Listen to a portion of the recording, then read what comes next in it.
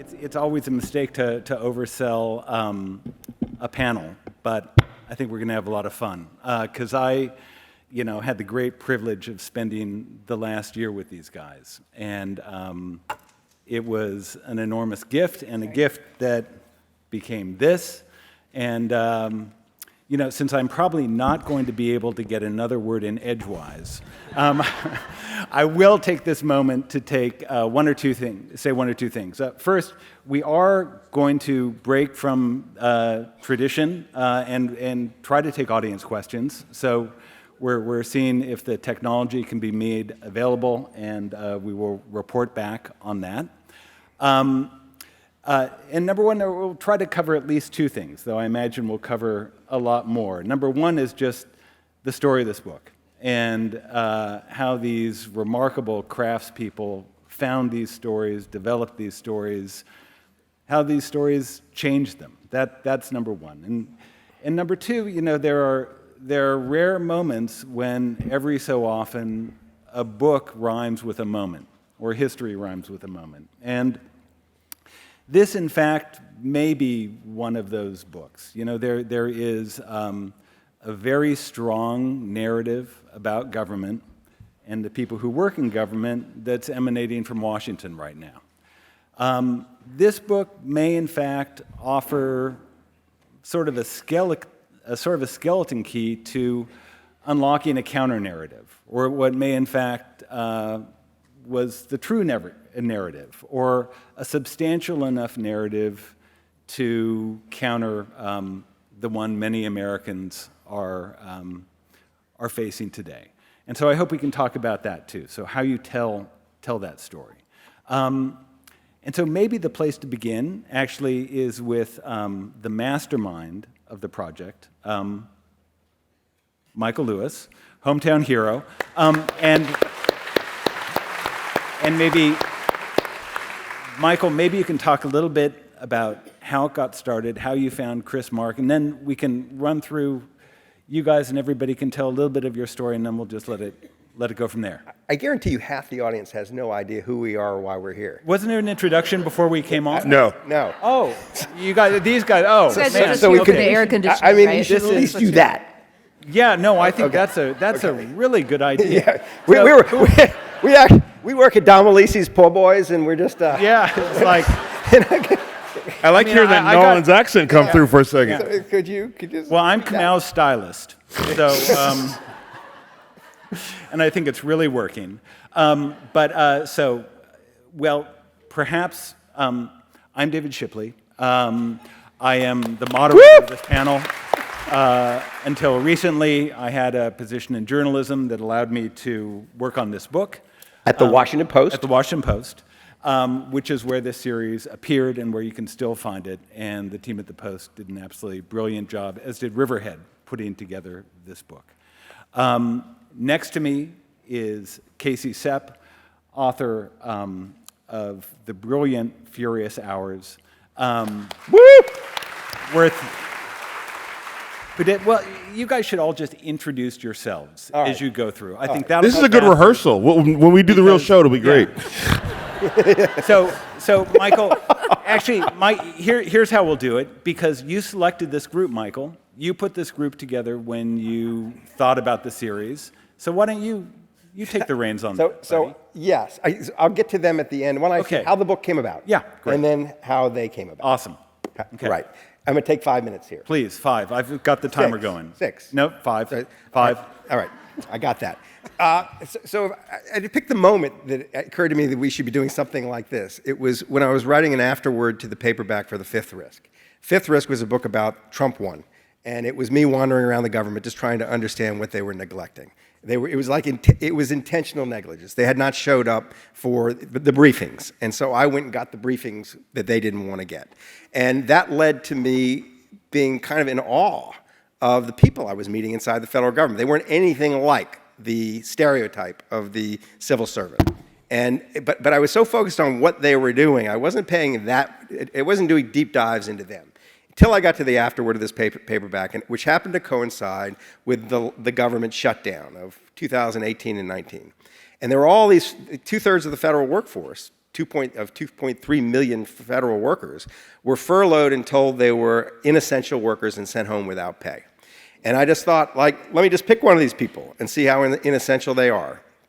And I didn't exactly pick a name out of a hat, but close. I got a hat that was filled with names of people who had been nominated for a civil service award called the Sammys.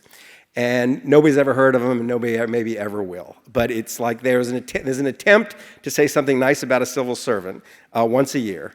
And it was a list of thousands of people who had ever been nominated for this award.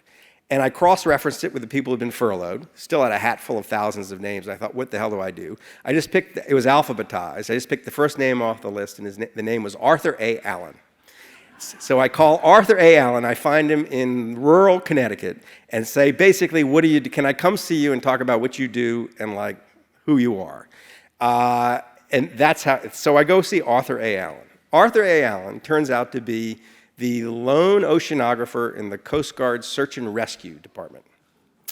And he is in his early 60s, and he has spent his career, he's done a lot of things, but the thing he focused, that was really distinctive about his career, was he made a science of how objects drift at sea. I didn't know this needed to be done, and I didn't know objects drifted differently, but apparently if you're on an upside-down sailboat, you drift differently than if you're in an inner tube, than if you're just floating. And the reason you need to know this is if you're looking for someone, and you know the object they're drifting on, and you know where they kind of came afoul of something, and you know how long ago it was, you need to be able to predict the drift to figure out even where to look, because it's pretty radically different from one thing to the next. And so I go to see him, and I spent 3 days with him. On day 2, we're at dinner at his house, and he's gotten very comfortable with me. I've interviewed his wife and his children, and he's taken me to the office he's actually banned from going into, and he's taken me out on a boat and showed me how he dropped stuff in the water and studied how they drifted and reduced the drift to mathematical formulas. And I said, why? Why do you do this?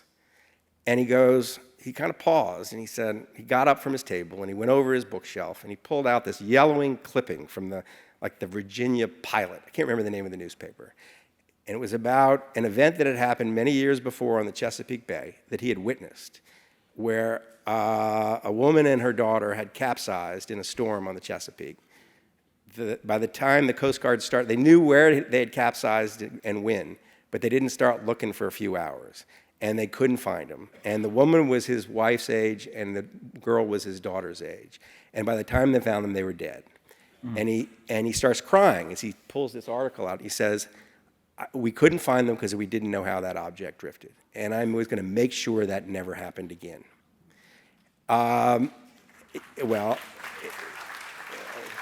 Welcome to your government.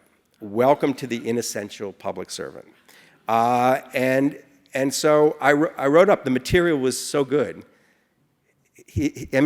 What he'd done was so effective that days after he'd produced his 300 formula for 300 objects and put it into the Coast Guard Search and Rescue program, a 350-pound man falls off a cruise ship 80 miles east of Miami, and they don't discover he's gone for 7 or 8 hours. And because he's 350 pounds, he can last forever. He's like, if you want to fall, fat man at sea is not necessarily a disaster. It keeps you warm. He was a SEAL, and fat man at sea was one of the things he'd studied, and they knew where he'd gone off the boat because they had pictures from the cameras on the boat. Went back and found out when, and in any other time in human history, that man is dead. The minute they went looking for him, they landed right on top of him. And hauled him out. And that man, like the many thousands of people who were rescued at sea because of Arthur Allen, had no idea why. They just assumed this was just something that just happened. The government just did it, or someone just did it. So the moment I thought these people really need their stories told it wasn't when I wrote it, because it wrote itself. It was just fabulous material. It was when I was going back to the airport after spending 3 days with Arthur A. Allen and getting into his heart and his mind. And he called me on my cell phone and he said, "Hey, you're a writer." And I said, yeah, I'm a writer. I'm sure I told him that when I called him. And he says, like, my son just told me that, like, you wrote a book that turned into a movie, like The Big Short or something like that it's called. And I said, yeah. He says, like, you're going to write about this? And I said, yeah, Art. Like, why do you think I just spent 3 days hanging out with you? And he said, I just thought you were really interested in how objects drifted. And that, in a nutshell, is your federal bureaucrat. He's like totally unaware that what he's doing is interesting. He's a movie, and he has no idea he's a character or should be written about, and it thinks it's a miracle that anybody's interested in what he's doing. And I thought, if I ever come back to this, I got to come back and look at the people. The people are amazing, and there are thousands of him in there, and I can't do it alone. Kamau's on his phone. I've already lost Kamau. I've lost you. I'm social mediaing. I'm putting you what you're saying. Okay, all right, okay. Yeah. Okay, this is, you younger people. I'm young, yeah. Yeah. I just diet gray for respectability. Yeah, it works. And I'm playing Cornel West in a movie. Yeah. So I thought two things. One is, if I just go do this a kind of sequel to The Fifth Risk, and it's me, it's just me. And there will be some fraction of the population that it'll get politicized instantly. There'll be an attempt to just discredit the author, that, oh, it's Michael making up a story kind of thing. And I thought, I don't want it to be just that. Plus, it's not just a vein of material, it's like the world's biggest gold mine. There's so much stuff, one person couldn't do it. I thought, pick six writers who are distinctive, who have really strong voices, who are not boring, and that actually starts to shrink the population pretty dramatically. Like, they're fun, like you want to be with them at a dinner party.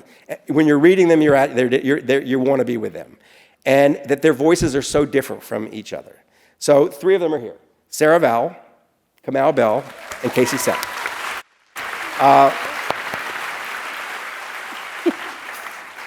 Three of them are not here: John Lanchester, Dave Eggers, and Geraldine Brooks. And all I would say, I mean, we'll move on to what these stories were, but I will say that my hunch was confirmed, that there are so many, nobody had any trouble finding something they wanted to write about very quickly, and a couple of them were spoiled for choice, right? Like, is it this or this kind of thing? And I wrote 2 of there are 8 long pieces in the book. I wrote 2 in the very beginning and the very end. And there's so many stories like Arthur Allen. There's so many stories that are worthy of attention that don't get told, and got told in very particular ways in the book. And the book's called Who is Government? It came out last Tuesday. It is already number 6 on the New York Times bestseller list.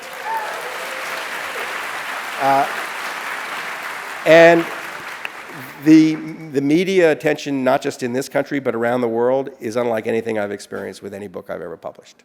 It's sitting right next to what's going on in our country.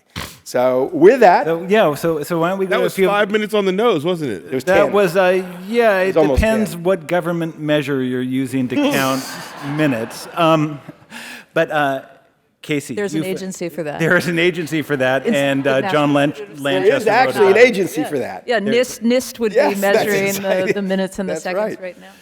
But Casey, you found a remarkable person caring for the memory of America's fallen. Maybe you could. It's true. I didn't find him. Michael did. Well, Michael didn't get a chance to write about him, so I snapped him up. So that is true. Casey called me and said, "Is there anything on your cutting room floor that I could take?" And there was so much. I said, "Well, this one." He wouldn't talk to me, but tell him the story. Yeah, he's at VA. He's in a very special part of VA, the National Cemetery Administration. And they bury 140,000 veterans and their family members every year, and they tend to the perpetual memory of 4 million other veterans in 155 cemeteries around the country, these military cemeteries. And there's a lot to be said about Ron's work, but the reason Michael had gotten interested in him is to the point of obliterating the stereotype. Ron and his colleagues have the highest customer satisfaction ratings of any public or private institution in the country. I'm serious. You know, you love Costco, you love Chick-fil-A. Ron and his colleagues get higher ratings than they do. So, you know, this is a government from the living. agency. Yeah. Yeah. Right, So, there's a lot to say about Ron, but mainly the thing to say is, our government is a precious and wonderful thing, and it can stand to be improved and it can stand to be reformed. But I think the story that Ron allows us to tell is a lot of people are working very hard to meet the needs of the American people, and some of those are extraordinary needs. They're creating vaccines, they're curing incurable diseases. That work is meaningful, but I love Ron's story because it's beyond subsistence. It's work we don't really need to be doing, but we do it because we're a great country, and they do it so well that there's a lot to learn. Whatever kind of work you do, you could be doing it better, and I think Ron has a way of inspiring people there at NCA and throughout America. So that was my little piece, but I stole it from Michael. And frankly, what he didn't say was, when he went looking for writers, when, someone better, more important, and more stylish wouldn't do it, then I got to slide in. So I'm happy to be at the big kids table. So how we met. Yeah. So this is such false humility. She is Real a humility. genius. So how we met. She wrote Furious Hours, a masterful, ingenious biography of Harper Lee, and I didn't know her. The New York Times Book Review asked me to review it. I almost never do it. But they said, you really got to look at this book. I looked at it. I could not believe how good it was. I wrote a review, and after the review, she got in touch. And it sent me, is it peanut brittle or fudge? Every Christmas I get fudge from her. But I've been, ever since that, I've watched her stuff in the New Yorker, and it's just like, she's like one of the great nonfiction writers in America right now. And that is not and true, as but very is her kind. partner, But since we're going to sing praises, the other, they say don't meet your heroes. I got to meet a bunch of mine working on this book, and Sarah Vowell, kind of at the top of that list. Talk about stylish, great writers. I don't really. I'm I don't letting know why you know right said now yes. I'm allergic to peanuts. So. But the USPS will deliver them to rural Montana. They'll get there. That's another agency we didn't have time to sing the praises of. But let's do everybody I will else. just say, just to what you were saying, Casey, there's this passage that, sometimes as an editor, you read someone's work and something just pops out. And there's this bit from Casey's piece that I did just want to share. It's sometimes difficult to know what makes a nation distinctive, to recognize which among our traditions and habits are essential to our collective identity. But repatriating the war dead is the deepest expression of the commitment we make to those who serve this country, an act of loyalty and gratitude that endures beyond the grave. Kind of says it all. Mr. Bell, you found someone closer to home. Yeah, I'm lazy. I have a lot of jobs, but it's only because I have a lot of children. If I didn't have a lot of children, I would not have a lot of jobs. But so when I met Michael at his wife Tabitha Soren's art exhibition in Oakland. Yep. And I'd known Tabitha for a few years, and I'm of the generation that was more impressed by his wife than him, because Tabitha Soren, everybody. Is anybody here? Okay, great. He's impressive. I'm not trying to be mean.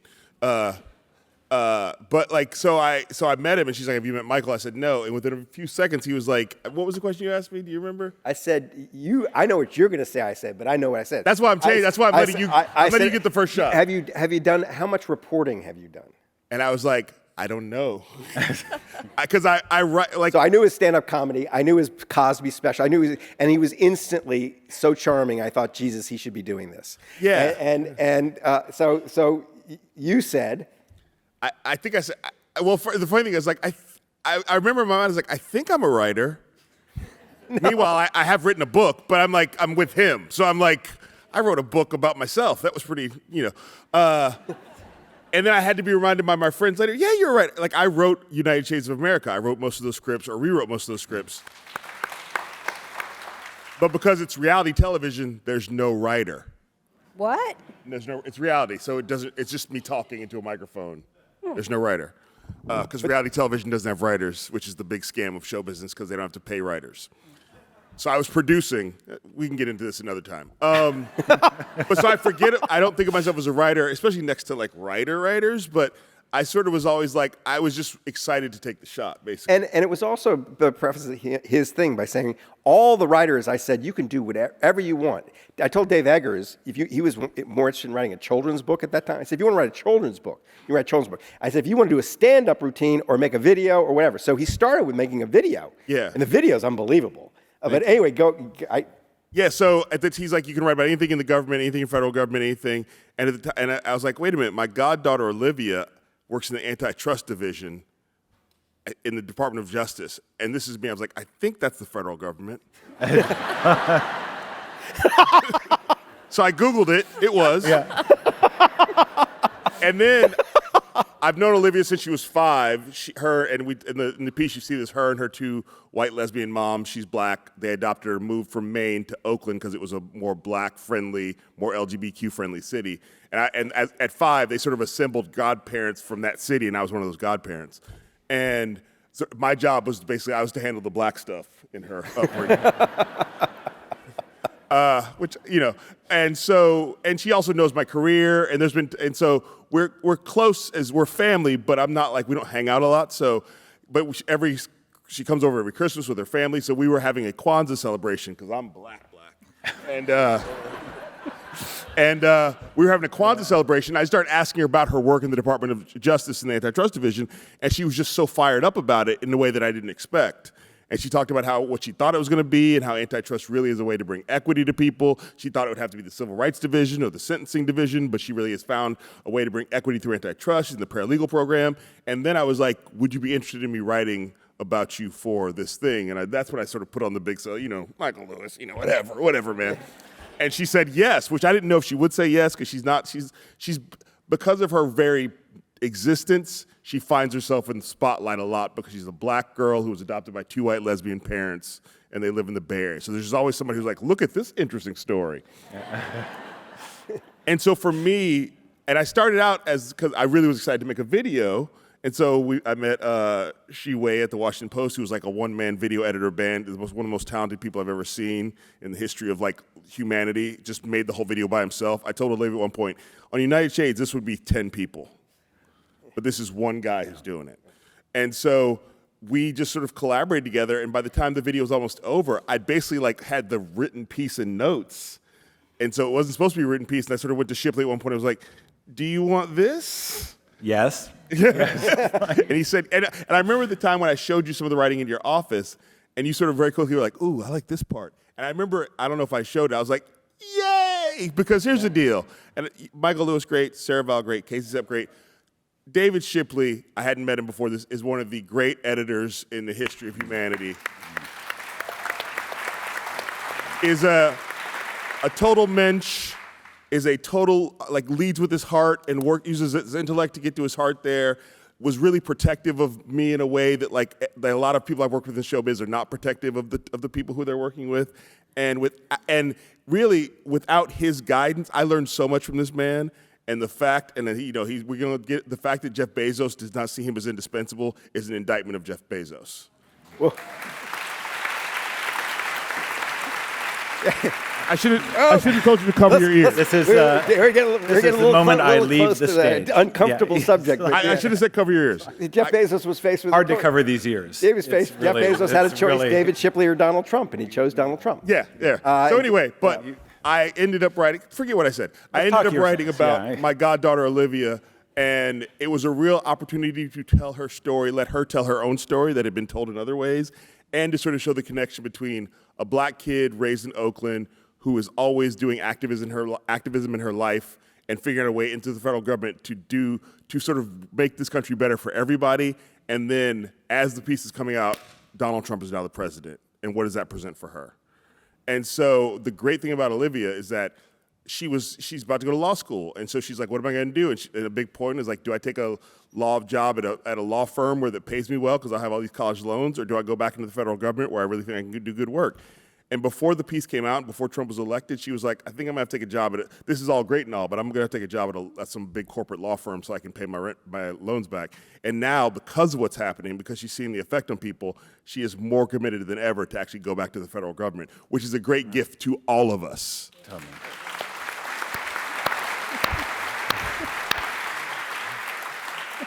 So Sarah, So the brief was very brief. It was go find somebody in the government and write about them. because you guys all got an email too from Michael. didn't you? Yeah, I got an email from Michael about that, and I had read that book, so I knew I was looking for. I was looking for the Arthur Allen, right? And my main criteria, because it was for the Washington Post, I live in Montana, and my main criteria was I was going to find someone from either the Central or Mountain time zones, because as you all know, when the Washington Post comes and writes about us, it's only because we're screwing something up. And I wanted just to write about one of us who does a good job. And I found this, and unlike these lazy jerks, I read every issue of Government Executive Magazine, like looking for the right person, you know. And I found this woman. She's from Conrad, Montana, originally. She works at the National Archives. And where in Montana are you from? I'm from Bozeman. So how far apart? That's about a 4-hour drive, I think. Like, she's a ranch kid. I'm a town Montanan, you know. And she had gone to the University of Montana, and how she got to the National Archives was when she was at the University of Montana. She was a work study student in the federal work study program, and she got a work study job at the Mansfield Library at the University of Montana in the archives. And that set her on her path. And one of the things I knew about the National Archives and being able to, you know, talk about what the agency does, but also to tell her story is all of our stories are in the National Archives. So, you know, she and I looked at the Louisiana Purchase. No clapping for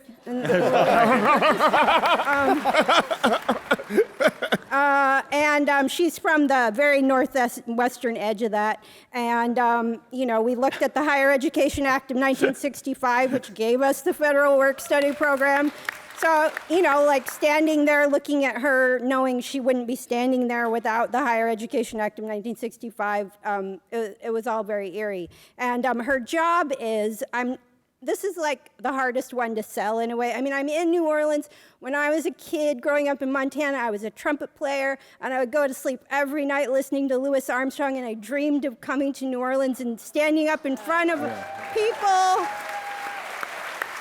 And always in my dream, I would be talking about the digitization of the National Archives.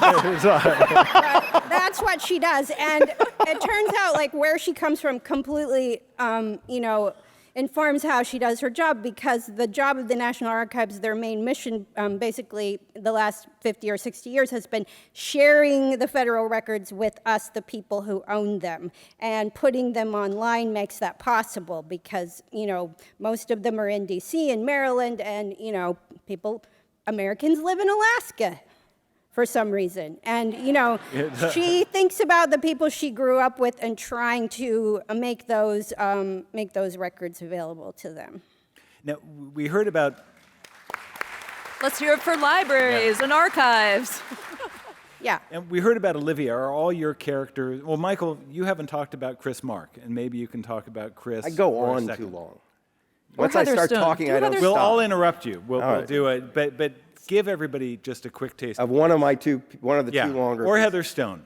So I realized after I was kind of worried about what they were going to write about, and until they were all settled, I didn't really think. And then I realized, oh shit, I've got to do one too. And where am I going to find a story? And I went back to the Sammy Awards lists, and I just said, I asked for this year's nominees, and it was roughly 600 people, and it was even when they're honoring civil servants, they tell you nothing about them. Like they always focus on the work and the team. And I think we all had the experience of The team. yeah, the team. So sick of the team. So time-consuming meeting Yes. the team. Yeah, the team, and then there's this phalanx of communications people who don't want you to talk to them. None of these stories are crying out to be told. Like nobody's sitting there saying, "We really want to tell you this story." So anyways, looking at this list, and it just was like names of people and what they'd done. Until it got to this name, it said Christopher Mark solved the problem of coal mine roofs falling in on the heads of coal miners. Who knew? Yeah. Which has killed 50,000 American coal miners in the last century. Who knew? And then it just said a former coal miner. And I thought, there's got to be a story here. Like, how does one, something happened in that mine, that caused him to, Right. or something happened to his family. And I imagine a kid from West Virginia who sort of like lost a family member, whatever. The movie was playing in my head when I called him, and I found him in Pittsburgh, and he knew who I was because he'd read Moneyball, and there was a reason he'd read Moneyball. But he said, I grew up in Princeton, New Jersey, and my dad was a professor at the university, and I thought, shit, like this isn't going to work. But in the next 20 minutes, he tells me the following. It didn't all come out sequentially, but here's the gist of it was this. His dad had been a professor at Princeton in the 60s, 70s, and 80s, and Chris had grown up there then, and he'd been a teenager in the Vietnam War and had been radicalized by it. And by the time he's age 14 or 15, he's throwing words like bourgeois around the family house and is alienated from his dad. His dad is a little bit famous. His name is Robert Mark. He's no longer alive, but he was famous because he had developed ways to stress test objects. Like if the Air Force was designing a new fighter plane, he could stress test the design to tell the Air Force whether this thing was going to work or if a wing was going to fall off. And he was teaching a Princeton class in engineering when a kid came from an art history class and said, could you use this device you have to stress test Gothic cathedrals to figure out how the loads move? Like, why is the roof not falling down in Chartres? And note the pronunciation. I think I nailed it. And he said, yeah, they could. They built these replicas of all the great French Gothic cathedrals, and he got to a point where he could predict where the stone was going to be stressed, which stone would be stressed in which building. He could show which features were decorative and which were actually holding the roof up. And it was a phenomenal thing. It was like an original contribution to architectural history.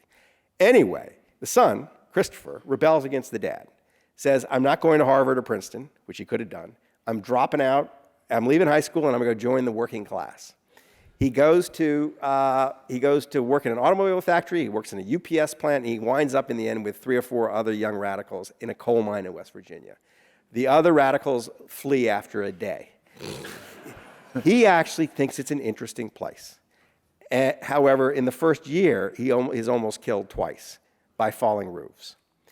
And he realizes there's this problem that needs to be solved. And he gets himself out, goes and gets a graduate degree, a degree and a graduate degree at Penn State, and goes into the Labor Department, or it's the Bureau of Mines at the time, with this ambition to fix this problem. He ends up doing other things too. The intellectual story, I didn't get any of this in the first 20 minutes, any of the intellectual story in the first 20 minutes. The story of what he does in the mines and how he does it is absolutely riveting. But what I got from him on the phone was this, he'd figured out how to keep the roofs of coal mines up and had saved all these people's lives. And he'd, in the bargain, become the historian of this whole safety movement. And so I said to him at the end of our conversation, you rebelled against your dad and then you became your dad. He figured out what kept up the roofs of Gothic cathedrals, and you figured out how to keep up the roofs of coal mines. And in that conversation, he got pissed off with me. He said, what I did, you're an idiot. What I did, you don't understand, has nothing to do with what he did. These things have nothing in common. So then I thought, I got a story. I don't know where this is going, but I got a story. Now here's where it's going. We're going to get the process, but you're always asking what this thing is about. So what I get out of him when we're driving around the coal fields of West Virginia is, my father and I patched things up. And in fact, odd thing happened. He said, late in my father's career, the government realized feared that the National Cathedral in Washington was collapsing. The National Cathedral was built over a century. the people who built the foundation, and then architects came along and got more and more ambitious up top. And the foundation really wasn't adequate to support what they put on top of it. And it was tilting, like starting to look like the Leaning Tower of Pisa kind of thing. And they called Robert Mark, his dad, to figure out if the National Cathedral was going to collapse and why and where the stresses were in the building. And the dad gets there and realizes what he knows doesn't solve the problem, but what his son knows does. And he calls his son, and together they figure out what's going on in the National Cathedral, and they write a paper about it. And so I knew, when I got that, I knew this story that was going to be about this guy saving lives in the federal government, but there was also this whole father-son story, and the destination was that event, that paper. Oh. But I'm telling you, the material, I'm only as good as my material. The material here is unbelievable. And we got to get to why it is like generally unbelievable, but it's unbelievable material. Well, I wanted to flag one other piece from John Lanchester, and maybe read a tiny bit from it because he isn't here, and then have you guys react to it because it took the whole series in a slightly different place. And he wrote, "The other pieces in this book have human protagonists. This one doesn't. The main character of this piece is not a person, but a number. Like all the facts and numbers cited above, it comes from the federal government." So he went on to write about gathering CPI, the Consumer Price Index. "The gathering of data exemplifies our ambition for a stable, coherent society. The United States is an Enlightenment project based on the supremacy of reason, on the idea that things can be empirically tested, that there are self-evident truths, that liberty, progress, and constitutional government walk arm in arm and together form the recipe for the ideal state. Statistics, numbers created by the state to help it understand itself and ultimately govern itself, are not some side effect of that project, but a central part of what government is and does." And I was wondering if you guys might want to reflect on that, because John took a thing and not a person, but got to a similar kind of place. truth. A similar place. What did you think when you got that piece? You edited all these. I thought it was, the joy of editing, and this gets to something that you said at the beginning, is that, I look at this group and I see people who tell stories in very, very different ways, but they all tell stories superbly. And they all found a different way into this. And the joy of seeing the same form take shape in different ways and yet get to a similar truth, it's not something that you see every day. It's like 7 covers of Freebird. Yeah, it is kind of like that. It's like this classic song, and 7 people come in and play and do their version of it. And then, it's one of those situations where 2 + 2 really does equal 5 or 6 or 7, because when you put them next to each other, it deepens the experience. I mean, wouldn't you guys say that you all learned something from someone else in the series? Absolutely.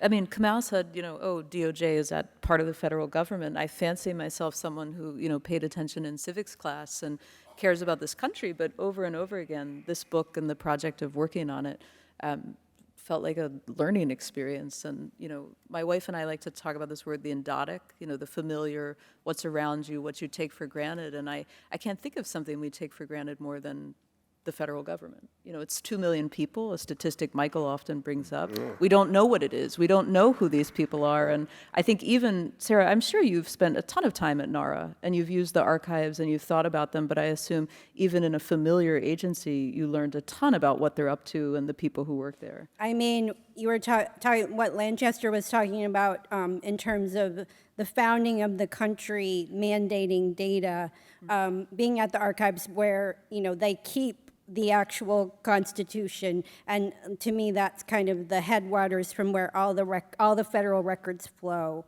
And one of the things the archives does that I didn't know they do is they keep the census, and then they put it out. And my person, it was her job to put the census out online. They keep those for 72 years. before they release them in full because of privacy. You may have noticed last week when the Kennedy assassination files came out and they're like, oops, everybody's social security numbers in here. That's one of the reasons why, there's a gap between when they get these records and when they come out. But so much of like the whole government is in there. And when I say all our stories, like looking at the census, I found, it's very profound if you're related to any dead people. You can find them in there. I found my grandfathers. I found and the census is actually quite a quirky thing because up until recently, they hired a bunch of random people to go out and, the spelling, they're not going to win any spelling bees. But you learn, like I learned some things about my own family I didn't necessarily want to know just by looking at the census records. But how all of these stories are in there, and that's true of the whole government, like, every bad decision, every good decision. A lot of the archives is influenced by Watergate. And of course, we've all heard the Nixon tapes and stuff, but there's a lot of good Nixon stuff in there. I'd be curious, how did you respond to the idea of disappearing signal messages? Oh, yeah. Because there are Very laws efficient. where everything from the executive branch is supposed to go straight to the National Archives because these are our records and these are how we hold our government accountable. And because sometimes they're great civil servants and they're doing a good job and sometimes they're up to something. And, and some social media app where things just go poof, that's illegal. But those messages they were sending, they belong to us, and they're how we understand what's going on in our government and understand our history. It's like Indiana Jones, that belongs in the archives, If you're I'm talking curious, about, go ahead. Did any of you feel like you were walking into environments that were rife with waste, fraud, and abuse? My lady started a volunteer program to get thousands of strangers to work for her for free.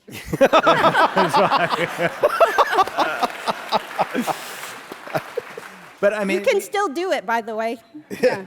Yeah, come on, Mike. Ron Walters, he literally reforms the appropriations process in Congress to make sure taxpayers pay less for land for these cemeteries. He anticipates where they'll be needed and, forget wasting money. He spends all day long trying to figure out how to save it and do these important things for less. So, of course not. Geraldine Brooks's character in the IRS is like this kung fu black belt dude who helps run the cyber crime unit, brings in billions a year. At the IRS. For the IRS. Yeah, brings in billions a year. And they've gutted his unit. The Doge people have gutted his unit. It is amazing what we're going through. And we're going through it in part because of the ignorance of these stories. That if the society understood its government, they'd be in the streets right now. They are. So then, how do you make that happen? How do you make that happen? I think everyone in this room, I imagine, has heard these stories and is coming away with maybe a slightly different feeling about government. How do you make the conversation here the prevailing narrative, or at least a narrative that can compete with the other narrative? This is Kamau's department. I think that, first of all, it's really important right now that we're all trying to diversify what our sources of media are, so you're not taking one channel's version of this. So for me right now, because of the way that I think, I'm actively seeking out different narratives, and so I will hear somebody say, how come people aren't doing this? And I'm like, these people are. I think it's really easy to get caught up in whatever your own corner of the universe is and think that's everybody's doing that thing, but there are literally people on the streets right now somewhere in this country mad about somebody in their community who was disappeared by the federal government.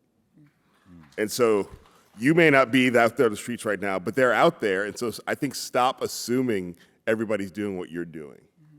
And I think that's the great thing about all these stories is that you find a bunch of people who are dedicated to things you've never even thought existed or were worthy of being dedicated to.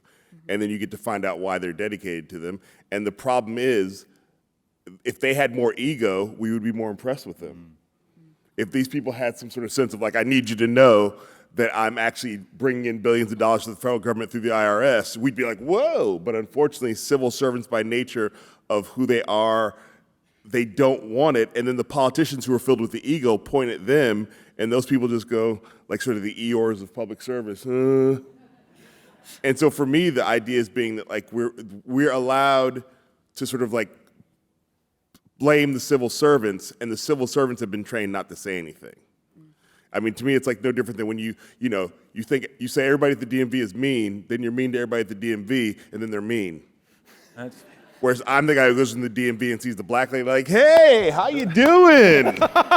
Yeah, that guy sucks over there. I'm talking to you. Praise Jesus. You know what I mean? So like, I think it's about us engaging with our federal government in a different way, and I think these stories all show these people are worthy of our engagement and our respect, and most importantly right now, our loud and fervent support. Yeah, I would be bold. Yeah. I mean, talk about an outdated stereotype. The DMV is one of the most efficient organizations. I live in the state of Maryland, and it's a pleasure to go there, and you can do most of it online now. And yes, I mean, I just think you have to be bold in, we got paid to tell these stories. No one will pay you probably, but tell the story of the good bureaucrat you met. The person who got your mother's Social Security faster than you thought. Tell the story of the person who helped your son with his FAFSA application and got the money for higher education. I just think, it is our job to be emboldened in telling good stories about the government, not to let the other side win out, not to let that be the louder, more, popular version. What's been interesting to me since I started writing about the government was just how much interest there was in it. It sounds like a worthy project, like a civics lesson, but these things appear in the Post at great length. I mean, they're 10,000 words a piece, or first one was 13,000 words. These were not newspaper articles. Yeah. These were long magazine pieces. And they got more attention than like anything you ever did, kind of thing. It's far and away. So the people were waiting for this stuff. So it's not like there's not a market for the stories. It's not like this is just you're inflicting some homework upon the audience. The stories are great. The material's great. You mean there's not an algorithm that says newspapers should be writing about cemetery management? Well, we did a little research. Yeah. But I think that's also about what journalism should be doing now versus maybe how journalism defined itself in the past. Because I sort of always joke with myself. In the piece, I call myself, since I'm a sort of journalist, because I know I didn't go to the journalism schools. I have no feeling. I'm going to put my opinion in here, so put it whatever section of the paper you want it to be in. But I also want it to be borne out by facts, and I think that's one of the greatest things I got. Here's a guy who's going to compliment CNN. One of the greatest things I got from working at CNN was having the backbone and the support of journalists in all the work I did, which is important because it helps you tell the story you want to tell, and you can convince people with the facts and figures. And so for me, that was the greatest thing about this, is that to see journalism that had so much heart in it and so much commitment to telling the story, that shows if you make these human-centered stories, or if you're a good writer, can make a number-centered story feel human, that people want to read it. People want to read it if they feel like if they can feel the hand of the creator and the passion of the creator tell the story. Let me see too if we were able to get the microphones for audience questions. We are. So we've got a few more minutes, and so I'd like to throw it open to folks here. So maybe put up your hand, and why don't we go right there, start with this gentleman right here, and then we'll hopscotch around. Yeah, you, sir. They're coming with a way to augment your voice. And please, no questions. Could you just give speeches? Yeah. Because just tell us your political opinions first. Yeah, and then how you grew up, what you had for breakfast, your biography, yeah, that kind of thing. Take 10,000 words. That's what we want to hear. Yeah, our pieces were 10,000 words. You do 10,000 words. Yeah. My question is, how much do you think people conflate their hatred of politicians writ large with hatred of the federal government writ large? I mean, I think that's a great question, and one thing to say for the federal bureaucracy is a lot of what annoys us about it was mandated by Congress. You know, the failure to adapt, the famous red tape, a lot of that is literally federal code written by Congress, and if people, like the characters in our book, were empowered to advise more on legislation and empowered to push for a Congress that served the American people rather than divided it, I think the government would work more efficiently. You know, that could be one thing DOGE could be doing, is figuring out what are the things that archives would be doing differently. Maybe it doesn't need to be 72 years for the census. It could be 50. Or what could the Department of Labor be doing? There's actually a whole government agency that, you know, looks into these things and makes recommendations. The GAO. Yeah. Yeah. Yeah. So there's a really interesting thing about our government we just take for granted. It makes it's distinctive from other civil services in other democracies. It's just how politicized it is. That the president is elected and he appoints 4,500 political appointees to come in on top of this operation and run it. And it's already, the Trump movement is to politicize it even more, to turn those 4,000 into 60,000. But there's an awful lot of evidence that the political people on top do nothing but bad things. They make it worse.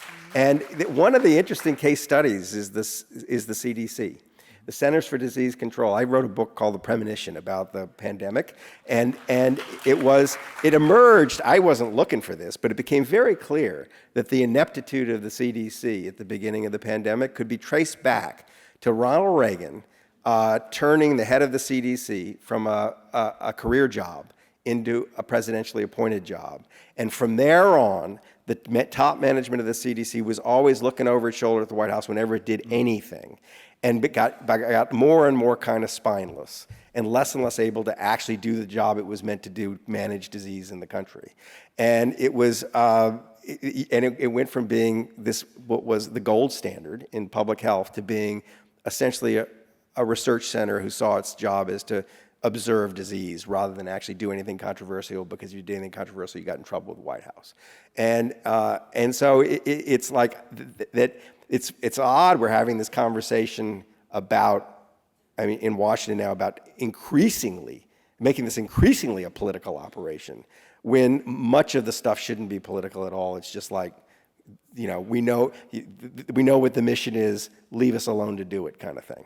Don't you think, though, some of this is our fault as the electorate? Because, I mean, basically my whole lifetime and before, what we do is we elect a president, and then we're like, ugh, and then we swing the other way in the next election, and back and forth, and all of these political appointees, they're all going to be new.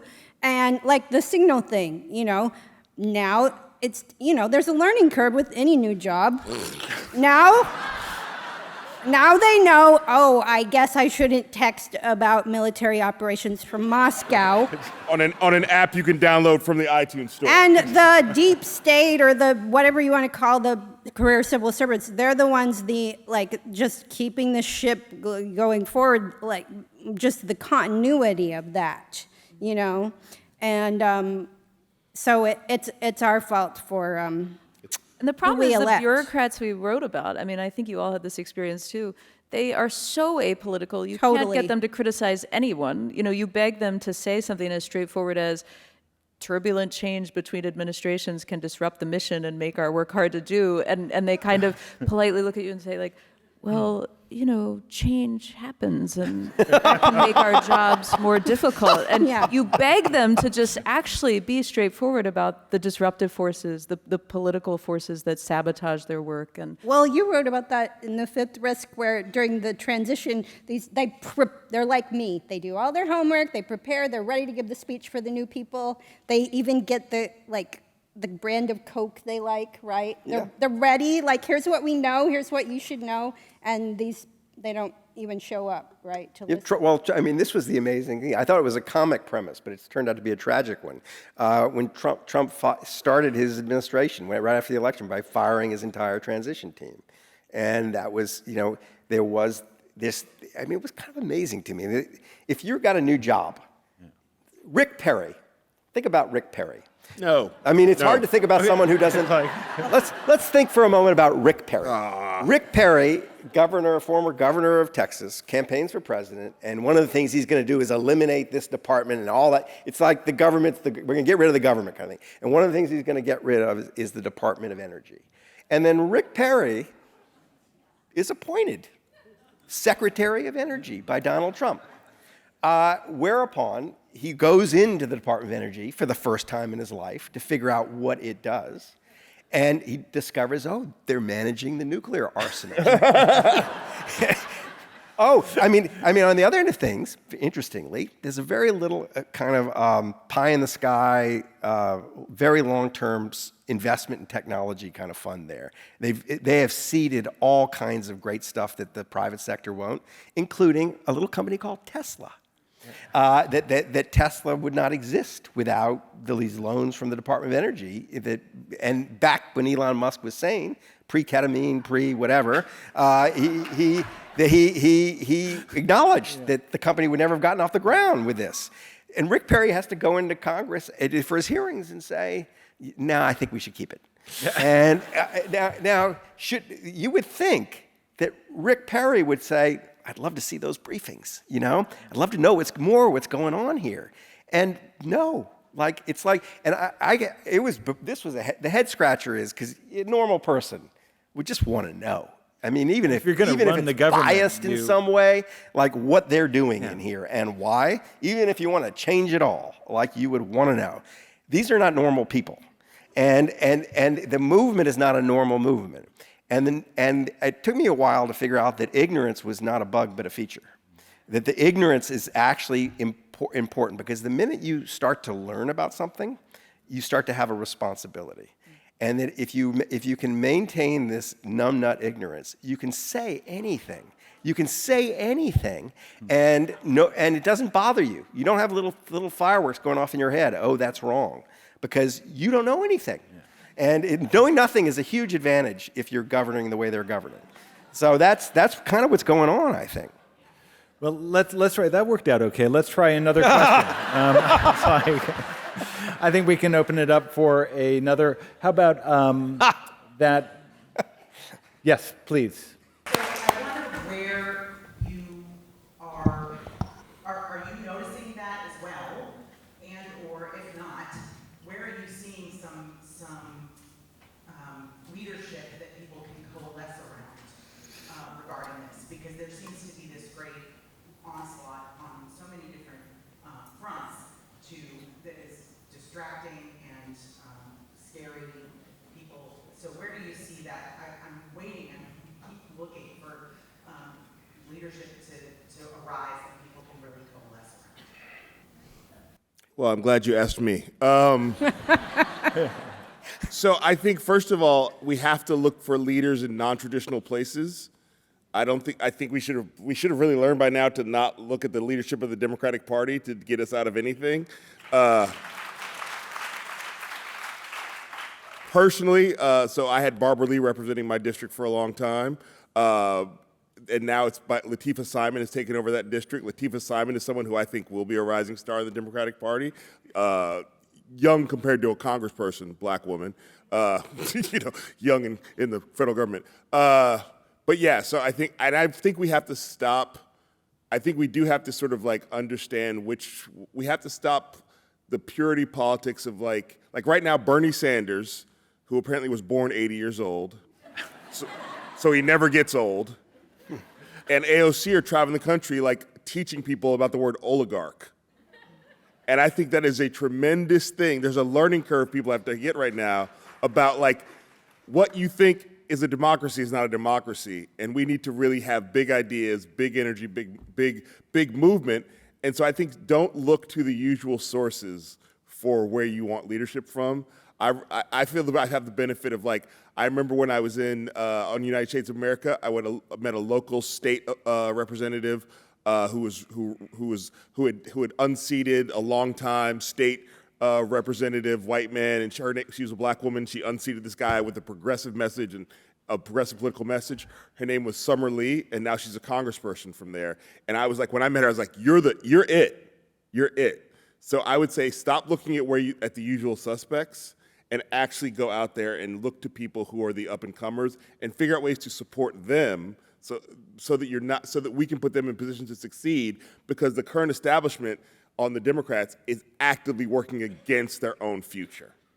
And I think that's the big thing that I look to, is that we have to really figure out ways to get to the next generation, because if we rely on Chuck Schumer to anoint somebody, we're doomed. Anyway, Casey. Well, I think this question connects to the other one, which is like, the beautiful thing about these federal agencies is it's not just the Secretary of Interior or, the head of the Department of Energy. These are big, beautiful agencies and departments, and they're full of people. And the political appointees are the least interesting people there. And we waste all of the column inches of our newspapers and all of the hours of our CNN or MSNBC channels looking at these few number of people who are, again, some of the least interesting. You could go to DOJ and you could think about the Attorney General, or you could go and look at the paralegals and what work they're doing and what work they think is important, or you could go to the archives. And I think some of us wrote about people at the end of their careers. I for instance, did. Ron will probably retire soon. But another thing I loved about Kamau's contribution is the next generation and what they're doing and what they think is important, because I think that's just incredibly vital to changing the story. So we're not just looking at, the same number of senators or members of the House of Representatives. There are so many interesting people. Again, 2 million people work for the federal government. They are all doing interesting things, and they are just as worthy of our time and interest as the people who get hauled before Congress for sending secret, disappearing messages. And one more thing I want to add to that, too, is to the fact that, because I really, in an audience full of people who have hair that is losing its color, like mine, is that when young people are making you nervous because their ideas are too far ahead of yours, they're doing their job.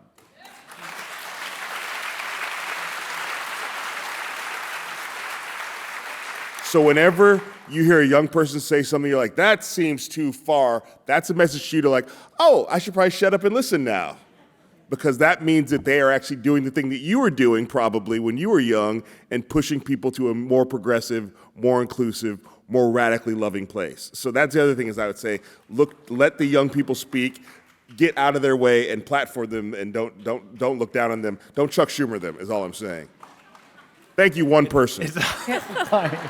Now, Well, if I could say something gloomy in response. yep. And this will be that we will end on a gloomy note, because Okay, we've already great. far exceeded our time. But yes, Sarah, please. I feel like over the next few months and years and the rest of our lives, we're all going to have a real education about what these people who were fired were doing, And I live in a county with a couple of national forests, my county's the size of Rhode Island.